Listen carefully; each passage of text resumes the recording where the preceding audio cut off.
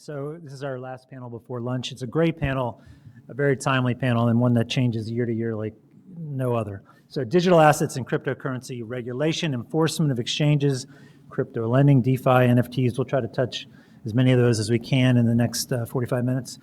Let me first introduce our moderator, Katherine Kirkpatrick Boss, General Counsel of StarkWare in Chicago, where she just started this month, right? Mm-hmm. Congratulations. Previously was Chief Legal Officer at CBOE Digital.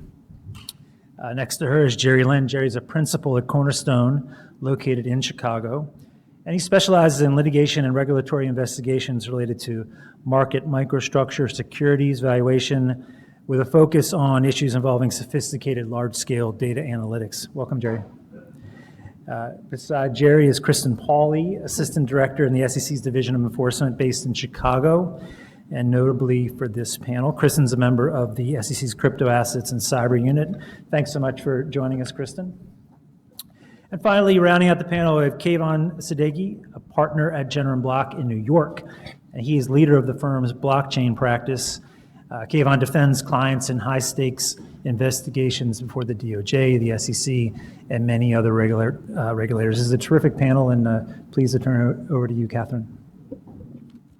Great. I'm very happy to be here. And I just want to kick things off to say about a year ago, Kristin and I were on this same panel, but things are quite different in the environment for crypto a year later. You know, last year we were all still reeling from FTX and a lot of extreme volatility that we saw in the crypto markets in 2022. There was a lot of activity kind of sitting and waiting on the sidelines. A lot of major entities had pulled back their investment and engagement in the space. Things have really changed and grown quite a bit. We're seeing historic volumes flowing into crypto. We saw really, frankly, shocking performance tied to the spot Bitcoin ETF. We're seeing additional engagement from a slew of traditional financial services entities, or as crypto folks call it, Tradfi. We're also seeing a lot of white shoe financial services entities like BlackRock and others upping their investment and engagement with crypto market participants. But what is notable is despite seeing an uptick in that volume, an increase in conversation, definitely some bad, but also some good, engagement by both presidential candidates with crypto, including historically the first purchase by a presidential candidate using Bitcoin in a New York bar last week. We are still in many ways in the same place we were a year ago with respect to crypto enforcement, meaning we're still seeing a lot of activity from the SEC and other regulators focused on the industry. So I think we have a lot to talk about here. I can't promise that this panel will be too spicy, but hopefully everyone will learn a little bit. Let's start with Kayvan. I know that much of your practice has been focused on the crypto ecosystem and crypto market participants because there's been a lot of legal work. Can you kick us off by kind of framing the crypto enforcement landscape right now and particularly highlighting any significant wins and losses we've seen with respect to SEC enforcement and litigation? Sure, happy to. And I guess I can start with some of the same preface that we've heard from other panelists, that my views are my views and not necessarily my clients, and certainly not the commission's. And I will try to keep it from being too spicy. So as the title of our panel suggests, there's a lot going on across a lot of different aspects of the crypto market. A year ago, I think you guys were talking a lot about Ripple, and a lot of the actions that had taken place up until a year ago were really focused on token issuers and the SEC going after the companies that are responsible for a token issuance or token sale and what are essentially fundraising transactions. I think the law is getting more settled around those. We've seen the SEC, I think, consistently win or survive motions to dismiss, at least in a few cases up through summary judgment, finding that a fundraising transaction involving a sale of a token is a securities offering, and that seems relatively settled, though the Ripple case will be going up to the Second Circuit, so we will more to come on that to some degree. But I think the focus really has moved to the secondary market, and how do you address crypto tokens as they move through secondary market trading platforms, which some people call exchanges, or you engage with them in other ways in the secondary market. And that's really become the focus of a lot of very large actions right now. Some of the most notable are the SEC's case against Coinbase in the Southern District of New York, against Binance in DC, and against Kraken in the Northern District of California. So this is sort of spanning the country in 3 of the biggest trading platforms. And all of these cases share somewhat common allegations that the trading platform is operating as an unregistered exchange because it is facilitating trades in various crypto assets, some of which, some of those transactions at least are alleged to be securities transactions. And so under the SEC's view, they would have to register, these platforms would have to register as exchanges. I think what's very interesting, these cases really pinpoint an issue that is very difficult for anyone to wrap their head around who doesn't deal with this all the time, which is this distinction between the tokens themselves and what might be the security, if there is anything that you can identify as a security. For a long time, I think the SEC has used the term crypto asset securities, and recently the SEC has taken the position that that is shorthand for a sort of broader concept. But the courts in each of these cases have pushed back on the idea that the token itself is the security. And instead, what we look at when we look at tokens in a secondary market, everybody's evaluating these tokens under what's known as the Howey test, which is a test designed to determine if something is an investment contract. The Howey test is designed to look at a contract, transaction, or scheme, not an asset. It's a fact and circumstances based test, and so you're looking at facts and circumstances. What was offered, what were people's expectations, things like that. And from the original Howey case that involved interest in an orange grove through myriad other cases over the years, there have often been investment schemes that had at their center, or as the object of the investment scheme, some asset. It could be interest in an orange grove, whiskey barrels, cattle embryos, chinchillas, you name it. There have been cases involving all sorts of different assets that were part of the investment scheme. That doesn't make any of those assets itself a security. And so that all makes sense when you're dealing with an issuer and you say, okay, if you're the issuer and you're doing a token offering as a fundraise, we can call that an investment contract or scheme. It doesn't matter if the token itself is a security. You're still the one engaged in a securities offering. That's fine. The difficult question, which all these courts and the SEC and private litigants are dealing with now, is how does that translate into a secondary market? Once that token leaves that initial transaction, and it's now in some other set of facts and circumstances around downstream transactions in a secondary market, is that a securities transaction? Can you treat the token as a security, even if it's not a security on its face? And what does that mean for purposes of the regulation? And what we've seen, this is where there's a lot of nuance in deciding what wins and losses are, because each of the 3 cases I just mentioned against Coinbase, Binance, and Kraken have survived either a motion to dismiss or, in the Coinbase case, a motion for judgment on the pleadings under that sort of same motion to dismiss standard. So the claims are going forward. What is less clear is how the courts are going to grapple with this distinction between the token and what is the securities offering involved. What transaction makes it a securities offering? And each of the 3 courts has dealt with it a little bit differently. And so we have the Southern District of New York looking at and seem to adopt the SEC's view and argument that some of these transactions, some of the tokens, really represent the purchaser buying into an ecosystem. That when you're buying a token that's native to a certain blockchain, you're essentially buying into that ecosystem, and they develop a securities theory around that. Binance, on the other hand, in the DC court, allowed the claims to go forward based on allegations specific to tokens that were actually created by or largely facilitated by Binance. And so you were actually the issuer, Binance, of these tokens or directly involved in the sales. So claims went forward on that basis. But the SEC had alleged claims involving 10 other tokens that were also predicate for their claims. And the court threw out that part, dismissed the claims with respect to these 10 other assets, and just allowed the claims to go forward with respect to the Binance-related tokens.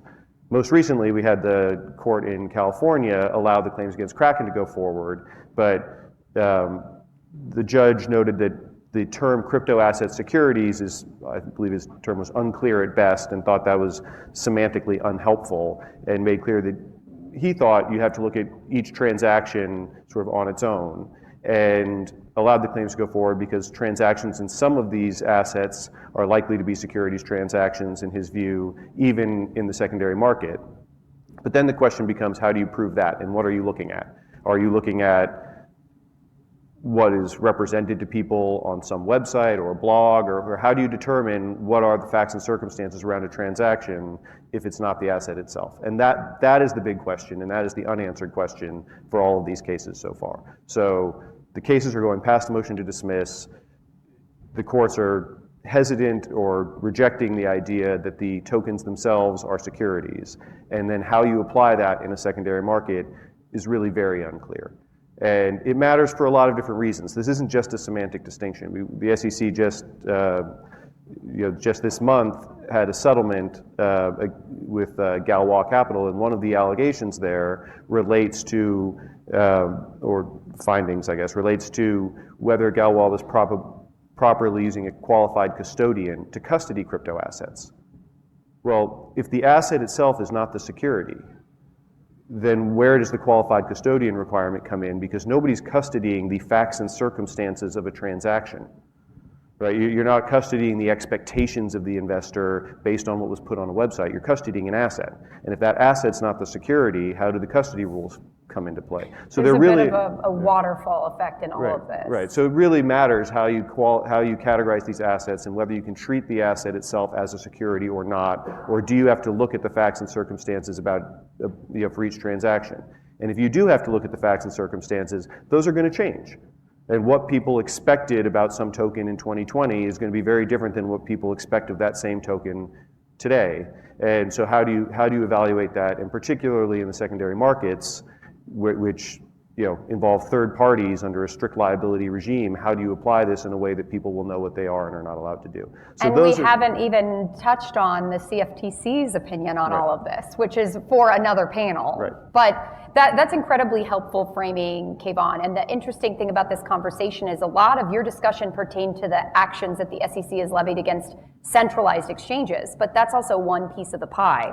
So I would love to turn to Kristin and get your thoughts. Can you tell me how the SEC is approaching crypto enforcement at this point in time? Sure. I just have to first give the typical disclaimer that my comments today are in my official capacity as an assistant director in the enforcement division and do not necessarily reflect the views of the commission, the commissioners, or any members of the staff.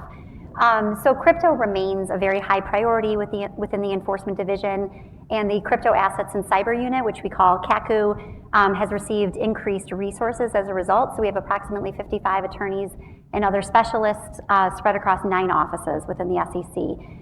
And what's driving this is a concern that crypto, with its promises of financial inclusion and life-changing wealth creation, coupled with what we've really seen as an industry-wide non-compliance and almost complete dearth of meaningful disclosures, is the perfect storm for investor risk. And we've unfortunately seen that play out in recent years with, for example, the collapses of FTX and Terra, just to name a few. To date, the SEC has brought or settled more than 200 cases against crypto asset intermediaries and token issuers, covering a very broad spectrum of conduct. So fraud obviously remains a very high priority. In the crypto space, these often resemble traditional securities fraud schemes, so Ponzi schemes, MLM, affinity fraud, affinity group frauds. We also have seen cases involving misrepresentations contained in marketing and offering materials, as well as misappropriation and investment scams. So in addition to FTX and Terra, I'll just highlight a case we brought last week, which I personally found particularly egregious. We charged 5 entities and 3 individuals in connection with 2 relationship investment scams involving fake crypto asset trading platforms. We allege that the defendants created these fake crypto ecosystems that displayed false information to investors. They lured investors in through social media and other apps in order to earn their trust, and then convinced them to transfer large sums of money, after which they stole hundreds of thousands of dollars worth of investors' crypto assets. And the impact on these victims was just devastating, financially as well as emotionally. In addition to fraud, we're also obviously very focused on illegal and manipulative trading in the crypto space. We're seeing these cases more and more, I'll just note. And then separate from the fraud and manipulative type trading, we remain focused on registration violations.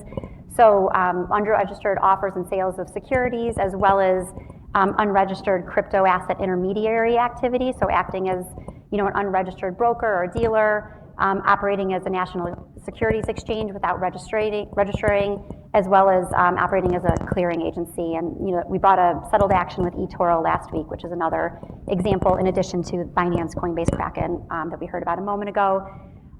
We've also looked at touting by promoters, in particular some celebrities, so where they're touting a particular crypto asset without disclosing that they're being compensated for doing so. Sorry, I'm going really quick. I know we've got a lot to cover. Cases against so-called DeFi platforms and services, as well as more recently AI is a new area of focus. So as AI continues to develop and firms rush to capitalize on investor interest and promote and tout their supposed use of AI, we're going to look carefully to ensure that the statements they're making to investors are not false or misleading, and then they're not perpetrating fraud or other type of manipulative trading in connection with AI. And we've brought a couple cases earlier this year that concerned, making false and misleading statements about the supposed use of AI. So the crypto space, enforcement in the crypto space is very it's very resource intensive. We often face parties that are not cooperative with our investigations. They claim overseas jurisdiction even though they're selling products and services to U.S. investors, and they're very well funded for protracted litigation. So, but all that said, we will remain steadfast in our mission to root out wrongdoing in this space. That was a lot, but there's a lot going on. So my joke that I keep making is if someone asks you to invest in a AI cannabis company where you can pay in crypto, I think that you should probably turn around and decline that investment because there might be regulatory risk. As Kristin mentioned, there continues to be a focus on fraud and manipulation from SEC enforcement. And we're all aware, or we even talked about it on the previous panel, that the SEC is increasingly using data to spot irregularities. Jerry, how is the private sector in crypto using data with respect to regulatory issues? Thanks, Catherine, and thanks, Kristin, for that overview of the current landscape from the SEC's perspective. So before I answer that question, maybe just chime in briefly. I'm more of a numbers guy, so I just wanted to share a few observations. As Cornerstone Research, we put out an annual publication on sort of the trends in SEC crypto enforcement, and I just wanted to share a few observations. So I think the first interesting observation we found is that for this current year, we've actually seen a decrease in the number of new crypto enforcement actions. So I know we're only 3/4 of the way through the year, but so far, we think we've seen about 10 to 15 new actions that are filed. That number may differ depending on how you count them. It's interesting, I think the romance scam action that were filed last week, they were actually fake crypto asset platforms. So they were pretending to be crypto, but didn't actually, there were actually no underlying crypto assets being transferred. So about 10 to 15 so far this year, whereas about last year, there were roughly 30 as of this time. Now granted, 2023 was a bit of an outlier. I think we saw a much larger number filed last year than compared to previous years. So if you were to look at this year compared to 2022, sort of roughly on pace for the same number of actions being filed. So that's the first observation. The second thing that's interesting as we looked at sort of across the landscape was that this year we saw a record-breaking penalty, the largest ever in the $4.5 billion penalty against Terraform Labs. And when I say penalty, that's disgorgement, prejudgment interest, and civil penalties altogether. And that single penalty represented a 1.5 times, I think, the total number of penalties we've seen from when we first started tracking this, so back in 2014 to 2023. So again, just for context, I think the next largest penalty was in 2020, I think a $1.2 billion penalty against Telegram. So this one against Terraform Labs really was a really large penalty. So with that, yeah, there are number of different ways that we see that crypto data and data analysis can often go to the center of some of these regulatory issues, and I just want to highlight two brief ones. So the first is, oftentimes there are the issue of a manipulation of the actual price of a token, right? So this can range from allegations of merely propping up a price, or maybe even artificially inflating that price. And whenever there are these kind of allegations, it requires careful analysis of the order books and trying to understand, recreate the state of the market, and what would happen if you were to sort of undo some of the illegitimate trades or orders, and understanding the price impact of those particular transactions. And I think interesting and sort of recent example of this was the Terraform Labs case. And even though there wasn't a specific allegation of market manipulation, one of the central parts of the complaint was related to the stable coin, right? And whether or not when it depegged, was there a third party that sort of helped it reclaim its peg, or was the protocol working as intended? And so that's the kind of situation where there's a lot of detailed work that needs to go into disentangling what was going on in a very turbulent time in the market, understanding how a particular entity's trading might have affected the price of that stablecoin versus what other things were going on in the market as people were trading. So that's one example, and then one last example that I'll just mention briefly is it's a little bit simpler, but a big part of what you can do with the crypto data is to trace the flow of funds, right? And it's interesting, I think, in this the first two sort of romance scam sort of case that were brought, because there wasn't actually crypto involved, there isn't sort of tracing that needs to be done. But there are lots of cases where involved in these scams where there is money being moved through crypto. And I think a big part of that is understanding and analyzing the data as it is being transferred from the person getting scammed to another wallet, and then oftentimes that wallet is then circulated to a mixer designed to obfuscate where the money is going. And so there's a lot of data analysis that goes into sort of following the flow of money and understanding what exactly is going on. I think there's a lot of potential usage with respect to law enforcement engagement in the transparency of transactions on the blockchain. For those of you who aren't familiar, if you have access to a computer, you can actually see the flow of funds from crypto wallet to crypto wallet, exactly where they're going. The issue, however, is you can't see who's behind those funds. So there's pros and cons with respect to the transparency of these transactions. One of the things that is a big change from last year is we've seen some pretty significant Supreme Court precedent over the course of the past year. And I'm talking specifically about Loper-Bright, which overturned Chevron deference, and JARCSI, which limited the SEC's ability to collect fines through ALJ proceedings.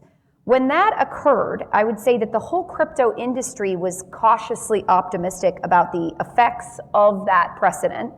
And we've actually already seen a reference to a new reliance on, traditional tools of statutory construction due to Loper-Bright in the district court opinion in Kalshi event contracts the other week. Kayvan, can you touch on these changes or on these cases in particular? Do you think the optimism from the industry that this precedent is going to turn the tide of crypto litigation is warranted? I would focus more on the cautious than on the optimism. I think in the cautious optimism on that. I do think it's some of that recent precedent or the trends that precedent represents are likely to have an impact. I think that's probably more in the medium to long term and not in the short term. I think a lot of people in the crypto industry are critical of the SEC and its approach, specifically with some of the securities questions and how to determine what is a security. Those issues I don't think will be so impacted. On that issue, we're mostly looking at interpretations of the Supreme Court's Howey case and other case law that has developed over time, and that's not really what overturning Chevron deference is getting at as far as an agency interpretation of a congressional act. And so I don't think it necessarily will have quite the same impact there as it will other places. I think It gets a little more interesting when we move to some of the other issues that we've just sort of touched on so far. When you look at what's the definition of an exchange, what's the definition of a broker, how are those sort of things set out in the statutes? And when you look at crypto companies, crypto projects, particularly DeFi, some of these issues, and you start trying to apply concepts of what an exchange is or what a broker is to a software protocol or a wallet or other basic blockchain infrastructure, it's much less clear how that applies, and that's the kind of place where there may be less deference to an agency interpretation. I think more broadly, it seems that there is a good degree of skepticism as you move up the appellate court ladder, up to the Supreme Court, with respect to expansive views of agency authority. And I think that general trend line, if that is true, will play into the way some of these cases get resolved, if not at the district court, maybe at the appellate courts, or ultimately if these issues get to the Supreme Court. Because we are facing across all of this new technology that does not cleanly fit into the existing boxes. If you look at an exchange being something that brings together buyers and sellers, this technology obviates the need to bring together buyers and sellers by having people trade against a pool of assets that's managed on a blockchain protocol. It doesn't quite fit the definition. Similarly with brokers, which would typically be effecting transactions on behalf of others, you put in a protocol, it's not exactly doing that. Can you apply that or not? And now you're starting to look at how can you interpret things that don't clearly fit, and where an agency wants to interpret everything to fit within its mandate, that's where I think we may see pushback from the courts on how expansive they can be absent clear direction from Congress. So I think there are going to be issues that come up. I think are more likely to come up on those other issues, but I don't think it will impact the core mission. If there are things like fraud, manipulation, those things I don't think get impacted. The interpretation of Howey, I don't think that gets impacted as much. Thank you. And I should have clarified for those in the room, there's a lot of smart people in this room, so I'm probably stating the obvious, but Chevron deference is the concept which, if a statute is unclear, then the judges defer to the regulator. So, there's a perception that prior to overturning Chevron deference, the SEC had a slight edge, particularly when it comes to something like crypto, which arguably some may take the opinion that certain statutes are unclear. Kristin, anything to add on Kayvan's sense with respect to these decisions? What's the SEC's perspective on this change? I think it's too soon to tell whether these decisions are going to have any effect on the SEC's enforcement program. I will note, though, that they were not entirely unexpected, and that we've continued to bring significant and many matters since the decisions came down, both within the crypto space as well as other types of matters. So, accounting frauds, Ponzi schemes, widespread record-keeping failures, violations of the whistleblower protection rule, Reg BI violations, just to name a few. And we brought those cases both in the context of civil injunctive actions filed in federal district court as well as settled administrative orders. Thank you. So the elephant in this room that we haven't talked about, and we frankly don't have time to talk about, also because it's entirely speculative, is the very fast approaching election, which could affect rulemaking, appointments, judicial appointments, could have material changes on this industry. I'll note that the Trump has released as part of the official platform, specifically supportive commentary directed at crypto. The Harris campaign did not mention crypto, although it had a reference to emerging technologies in their platform, although just recently candidate Harris had mentioned that she wanted to encourage emerging technologies such as crypto. So there's a lot of speculation as to how this is going to change things. Kayvan, any predictions on how this could or will affect crypto either positively or negatively? How could I possibly be wrong, right? I think a lot of people in the industry are assuming that if Harris wins, it's likely to be a continuation of the current, essentially the current policy. I don't think people are expecting a sea change. I think some of the statements about fostering emerging technologies while protecting investors is similar language we've heard from the current administration, and I think that there's not a lot of reason to or clear guideposts to suggest that there's going to be a sea change if Harris wins. I'm not in the business of predicting what will happen if Trump wins on this or many other things. But he obviously has been more vocally favorable towards the crypto industry in at least certain ways. Whether that pans out and whether it pans out in a way that's helpful or harmful, or how that plays out is anyone's guess. He's now launching his own DeFi company as of last week. So it'll be interesting to see how that materializes. One of the things I wanted to shift to is whenever you talk about crypto, you always have to talk about traditional financial services, right? The two are linked, or certain parts of the crypto ecosystem are more financial crypto than others. Jerry, you do a lot of work with so-called Tradfi, and also work with crypto. What's different right now between the two, like data, attitudes, otherwise? Yeah, thanks, Catherine. And before I discuss a few differences, just first say that there are actually a lot of similarities and overlap between TradFi and crypto, and that's a really good thing in terms of analyzing the data. It means that we don't have to completely reinvent the wheel, but we can leverage existing theory and the toolkits that we have from traditional market microstructure and just apply it in a crypto setting.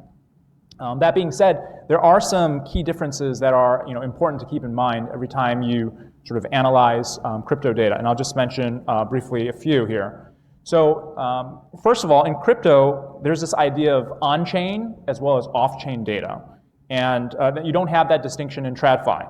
And for those of you that might not be familiar with that terminology, on-chain activity is transactions and records that are directly recorded on the blockchain. Hence why it's called on-chain. And these can be direct transactions between wallets. They can also be intermediated by DeFi pools or other smart contracts. And oftentimes it's what people have in mind when they think about crypto data. They think about some transaction that's immutably written into some blockchain somewhere. And that is a big, important part of sort of crypto data. But the thing it cannot be manipulated. That's the most important facet of on-chain data. That's right.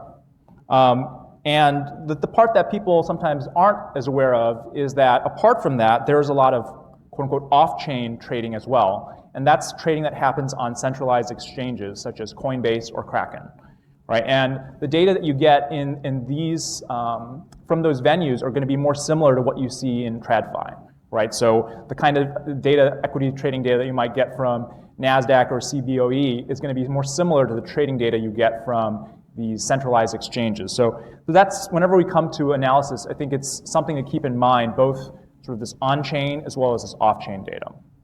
The second thing I would say is that in crypto, one difference is sort of the amount of fragmentation that you have in the number of different venues. And in addition to on-chain and off-chain, there's no concept of a national best bid or offer or international best bid or offer, since it's traded all over the world, right? And so, in fact, there's documented cases of persisting price premiums or discounts on specific venues.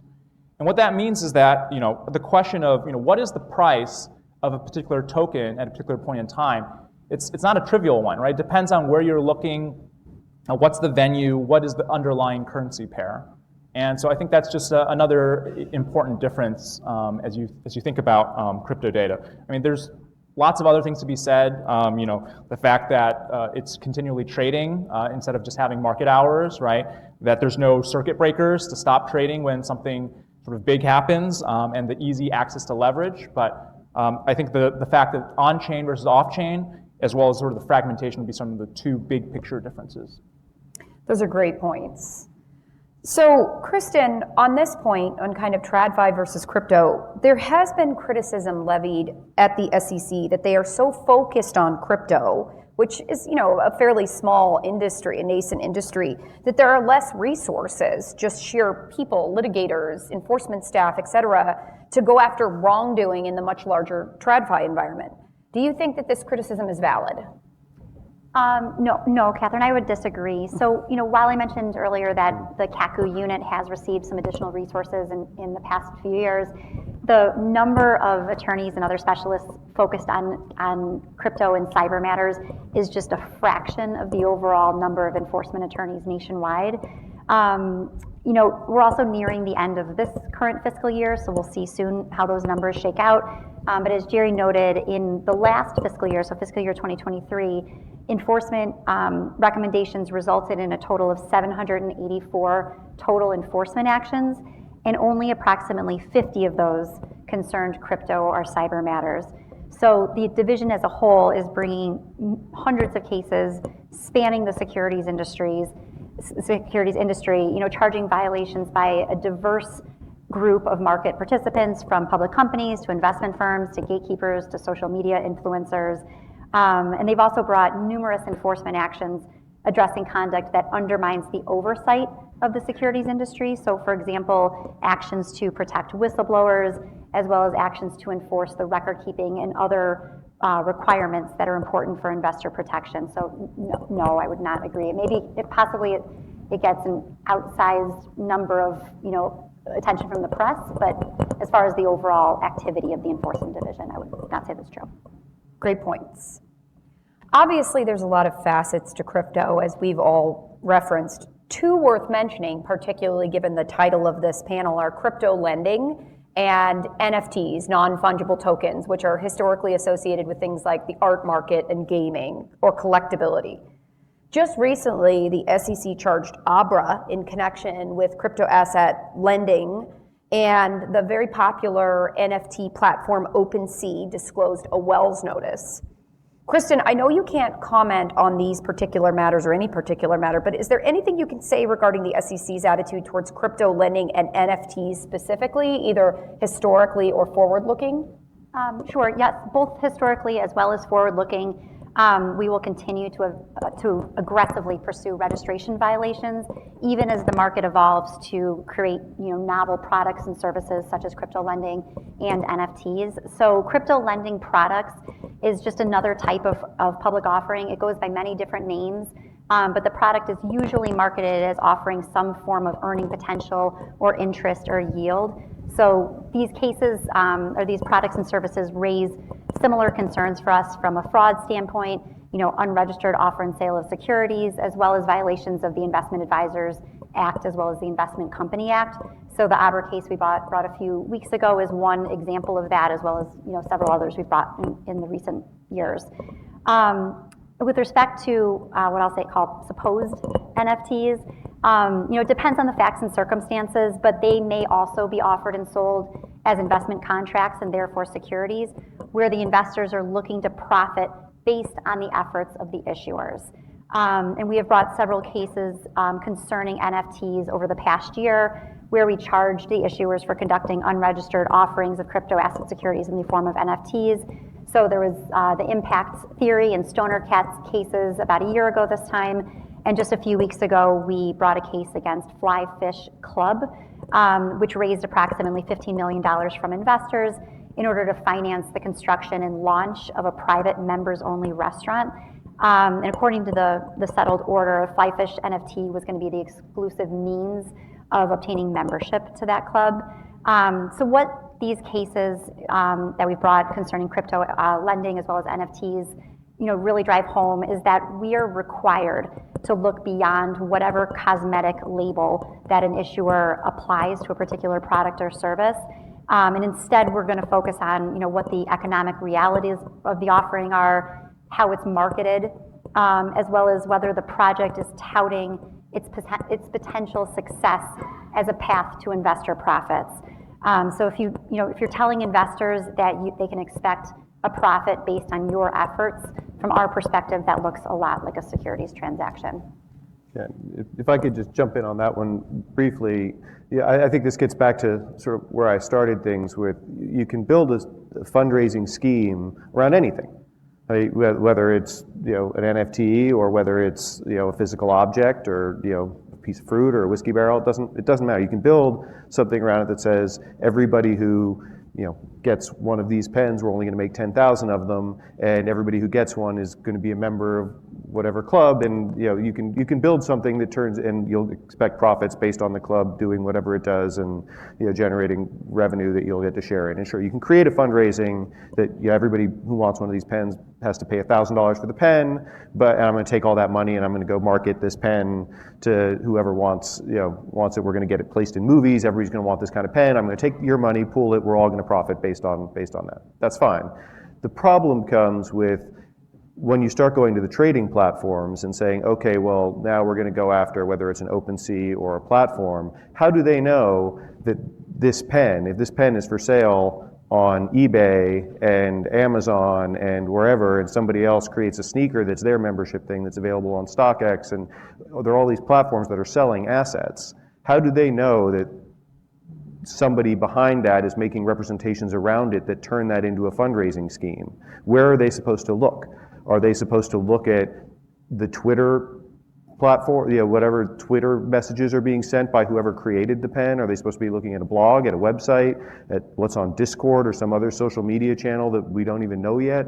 How do you know what is the set of representations you're supposed to look at to determine that buying that asset is actually a securities transaction and not just buying an asset? And if you're a trading platform that trades in assets, how do you know which assets on your platform might trip you up and require you to be registered as a national securities exchange under a strict liability regime?